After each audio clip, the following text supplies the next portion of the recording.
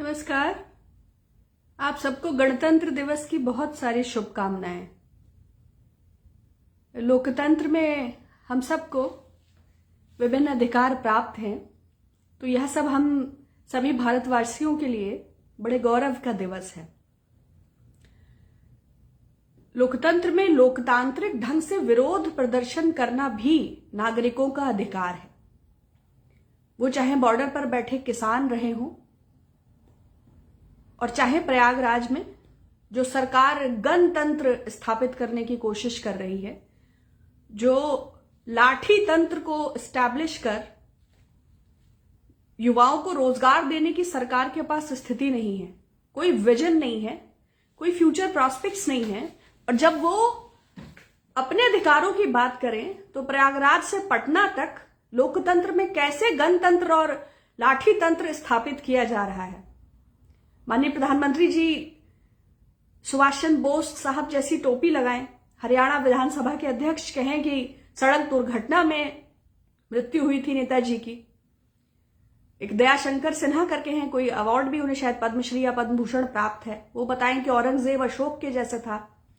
तो हिस्ट्री की नई व्याख्या और नायकों के जो राष्ट्र के पुरोधा रहे, जो स्वतंत्रता संग्राम की बात हो या उसके बाद की बात हो, तो उन नायकों के मार्ग का अनुसरण करने के स्थान पर गणतंत्र में सरकार जिस तरह गणतंत्र को स्थापित करने की कोशिश कर रही है, चाहे संवैधानिक संस्थाओं का दमन हो, चाहे देश के युवाओं के आक्रोश का दमन हो, तो एक नागरिक के तौर पर हम सब का भी ये दायित्व है कि हम सामाजिक और वैचारिक विदेश के दौर में, क्योंकि सत्ता में ऐसी ताकतें हैं जो कल्चरल डाइवर्सिटी और प्लूरलिज्म को कहीं से भी एक्सेप्ट नहीं कर सकते और अपने फर्जी राष्ट्रवाद की आड़ में है।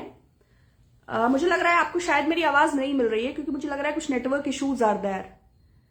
संजय विश्वकर्मा जी, मानव जी, हर्षवर्धन गजबीये, इमरान फरीदी, इरफान इफ्तिखार, आवाज मिल रही है? प्लीज कंफर्म करिए। मुझे लगता है कि तो एक अद्भुत दौर से देश और देश के नागरिक, देशवासी गुजर रहे हैं।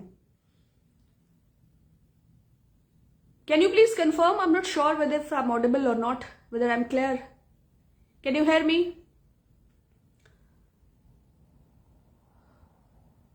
नो।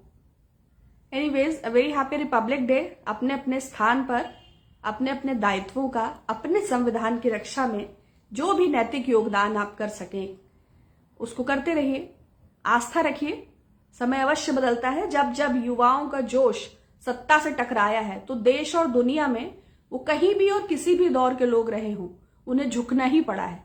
वो चाहे कितनी भी बड़ी प्रोपेगेंडा मशीनरी हो, वो कितना भी कॉन्स्टिट्यूशनल बॉडीज को डैमेज किया जाने वाला हो, वो कोई भी सेल्फ ऑब्सेस्ड पॉलिटिशियन हो या कॉन्स्टिट्यूशनल किसी भी पोस्ट पर हो, लेकिन उसे दबना और झुकना ही हुआ है। हाँ, आज जाटलैंड में अमित शाह साहब, एक प्रवेश वर्मा मृदुभाषी वक्ता हैं भारतीय जनता पार्टी के, उनके घर पर जाट नेताओं की मीटिंग थी जी, उसी संदर्भ में प्रश्न था। तो गुड़ खाया है वहां पर जाट परिवारों द्वारा लाया गया अमित शाह साहब ने। हालांकि वो कैराना से बिगिन हुए थे हिंदू एक्सोडस का इशू लेकर के। तो अगर आपको याद होगा गाजीपुर बॉर्डर की वह घटना, मैंने भी उस पर बोला था, जब हजारों पुलिस बल की मौजूदगी में लोनी के विधायक अपने गुंडे समर्थकों के साथ पहुंचे थे और उत्तर प्रदेश की यशस्वी योगी सरकार ने बिजली, पानी, शौचालय सब हटा दिया, तब एक इमोशनल अपील की थी टिकैत साहब ने और पूरे देश और प्रदेश के किसान, क्योंकि किसानों की जो दुर्गति है, चाहे आवारा पशुओं की समस्या हो, चाहे कृषि उपकरणों पर जीएसटी हो, चाहे डीजल की प्राइसेस से सिंचाई की आने वाली कॉस्टिंग हो, चाहे सरकार की 2 गुना आय करने का वायदा हो और पूंजीपतियों को लाभ देने वाली, और किसानों की तो दुर्गति 10 गुना हो गई है। वो रात भर अपने पशु भगाते हैं, फिर दिन भर उनकी वो भटकन है। तो फिर उसके बाद जब सरकार के पास माफी की बात आई तो पता चला लघु किसान, सीमांत किसान सम्मान, तो so many things are there. और उत्तर प्रदेश के लोग अच्छा निर्णय लेंगे। मुझे नहीं लगता कि जो लखीमपुर नरसंहार की घटना थी और जिस तरह बाहुबली टेनी को अपने बगल में खड़ा करके गृह मंत्री अमित शाह दूरबीन से बाहुबली ढूंढ रहे थे, उसके बाद इस बात की कोई भी संभावना है कि पश्चिमी उत्तर प्रदेश या उत्तर प्रदेश के किसान या जाट या कोई भी किसान ऐसी दमनकारी सरकार को, जिसको 700 किसानों की शहादत के बाद ये समझ आया कि प्रधानमंत्री जी के त्याग और तपस्या में कमी रह गई, जिसके पास किसानों को शहीद का दर्जा या मुआवजा देने के लिए एक सम्मानजनक आंकड़ा भी उपस्थित नहीं था।